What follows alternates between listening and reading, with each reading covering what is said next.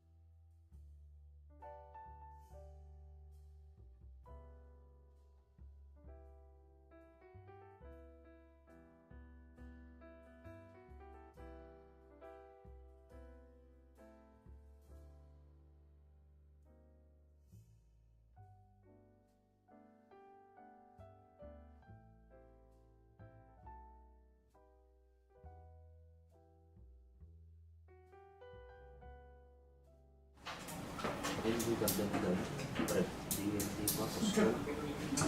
morning, ladies and gentlemen. Before we proceed with our meeting, let's start with a prayer to be led by Ms. Kat. Let's bow our heads in prayer. In the name of the Father, and of the Son, and of the Holy Spirit. Gracious God, bless our time together. Grant us clarity, wisdom, and cooperation in all we do. In the name of the Father, and of the Son, and of the Holy Spirit. Thank you, Ms. Kat. Back Secretariat, please call the roll and determine if there is a quorum. Sir, the attendees of today's prayer conference, headed by words Dr. Borson, Engineer Campliness Valera Jr., the back member for all types of procurement. We have Engineer Heinrich P. Takanay, the provisional back member. We have Engineer J.R.V. Farrell, the Vice Head of Procurement Unit, Engineer John Stephen here. Since majority of the back members were present, a quorum was established here. Thank you, Ms. Pearl. Considering that we are now in a quorum, I now call this private conference to order.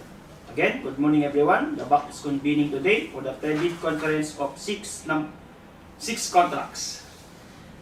Let us now proceed with the private conference proper. First, I will provide an overview of the project to be bid.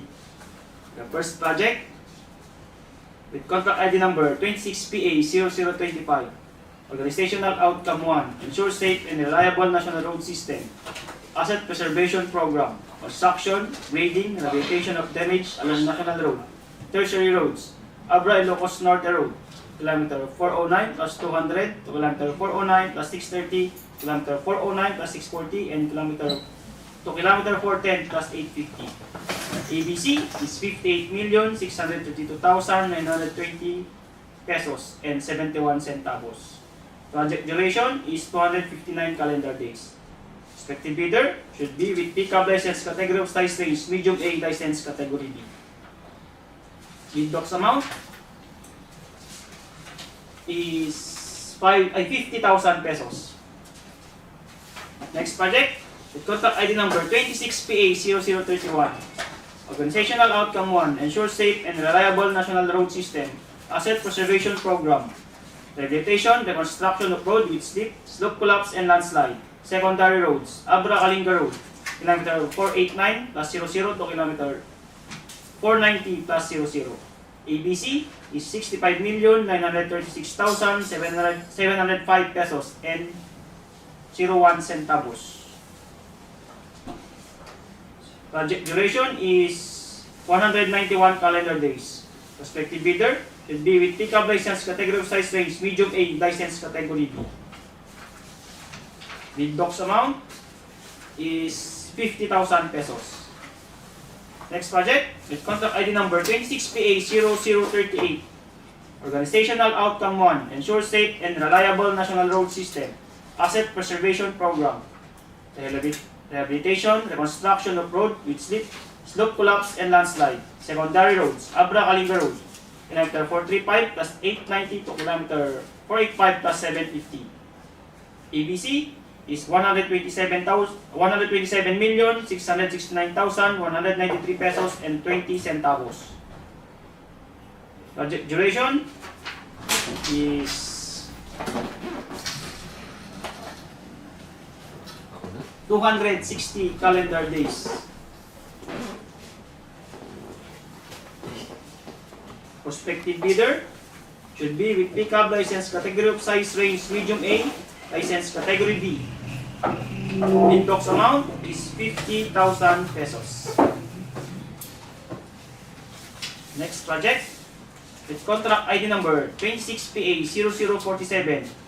Organizational Outcome 1, Ensure Safe and Reliable National Road System, Asset Preservation Program, Rehabilitation, Reconstruction of Road with Slip, Slope Collapse, and Landslide, Secondary Roads, Abra-Kalinga Road, kilometer 475 plus 160 to kilometer 479 plus 628. ABC is 29,119,716 pesos and 61 centavos. Project duration is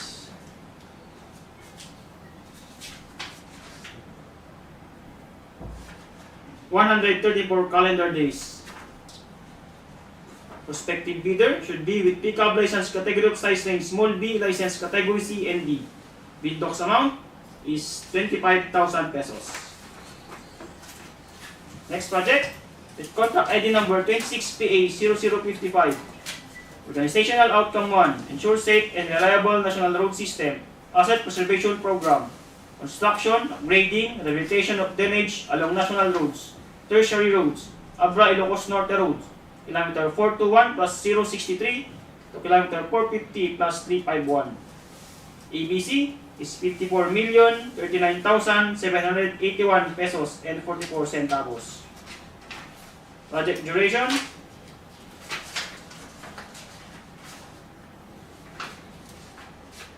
is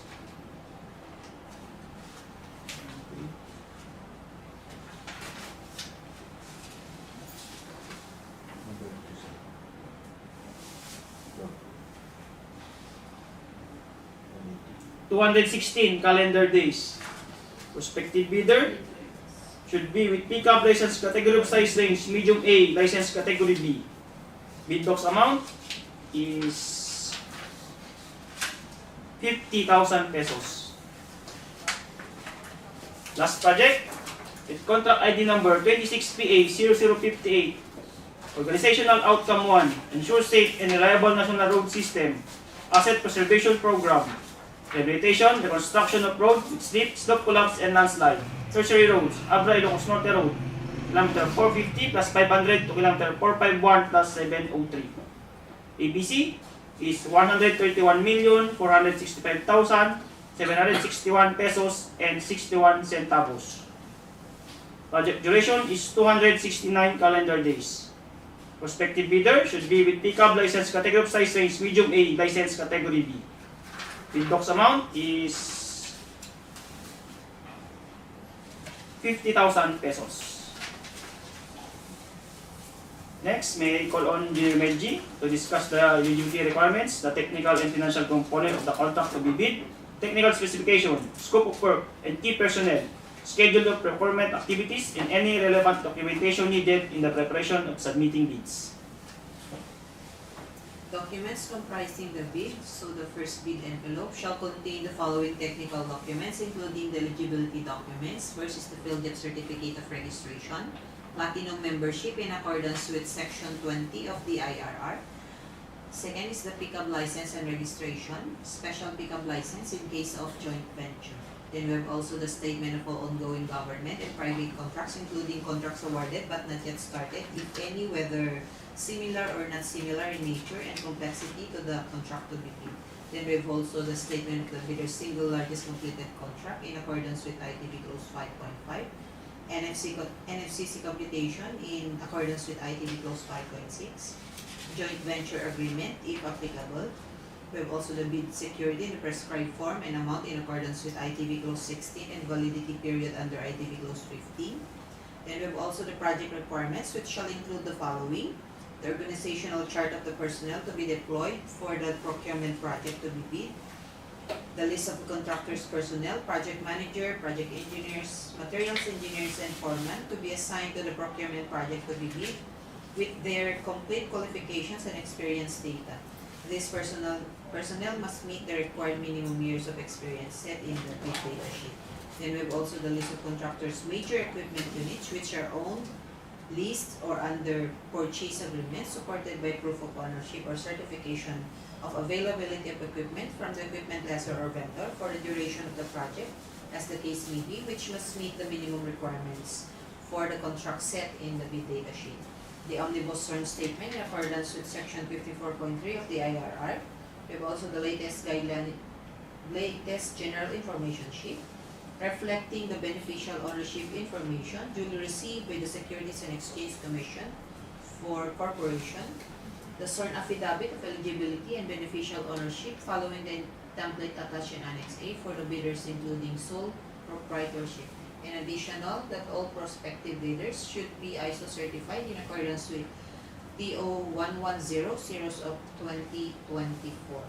The second bid envelope shall contain the financial bid form, which includes the bid prices and the bill of quantities in accordance with ITB Clause 13.1. And for the procurement timeline, complete set of bidding documents may be acquired by interested bidders on June 18 to July 8, 2026 at the Office of the Procurement Unit, and upon payment of the applicable fee for the bidding documents pursuant to the latest guidelines issued by the JPPB. It may also be downloaded free of charge from the website of the PhilJEPs and the website of the procuring entity, provided that the bidders shall pay the applicable fee for the bidding documents not later than the submission of their bids. Bids must be duly received by the Bids and Awards Committee Secretariat through manual submission or online or electronic submission on or before 10 a.m.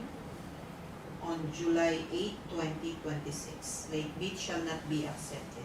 Bid opening shall take place immediately after the deadline of the submission and receipt of bids on July 8, 2026. Bids will be opened in the presence of the bidder's representative who choose to attend the activity. Only authorized liaison officer whose name appears on the contractor's registration certificate with the presentation of his or her ID duly issued by its construction firm and special power of attorney shall be allowed to submit or draft bidding documents. The DPWH Abra-Ilocos reserves the right to reject any and all bids, declare the failure of bidding, or not award the contract at any time prior to contract award in accordance with Section 70 of RA number 12009 without thereby incurring any liability to the affected bidder or bidders. Interested bidders may obtain further information from the Office of the Procurement Unit, DPWH Abra-Ilocos, Rizal Street, Zone 7, Baguette, Abra. We've done, sir, the procurement. Thank you, Ma'am Meji. We are now done with the presentation of the agenda of the private conference for the procurement of 6 infrastructure projects. Secretariat, are there any announcement? Back members and back secretary will be convening again on the 29th for the opening of bids of 8 civil works projects. So bid opening will be at 10 in the morning, same day. Thank you, Scott. Are there any matters to take? There being no other matters to discuss, thank you for your presence. This meeting is now adjourned. Yes. Yes.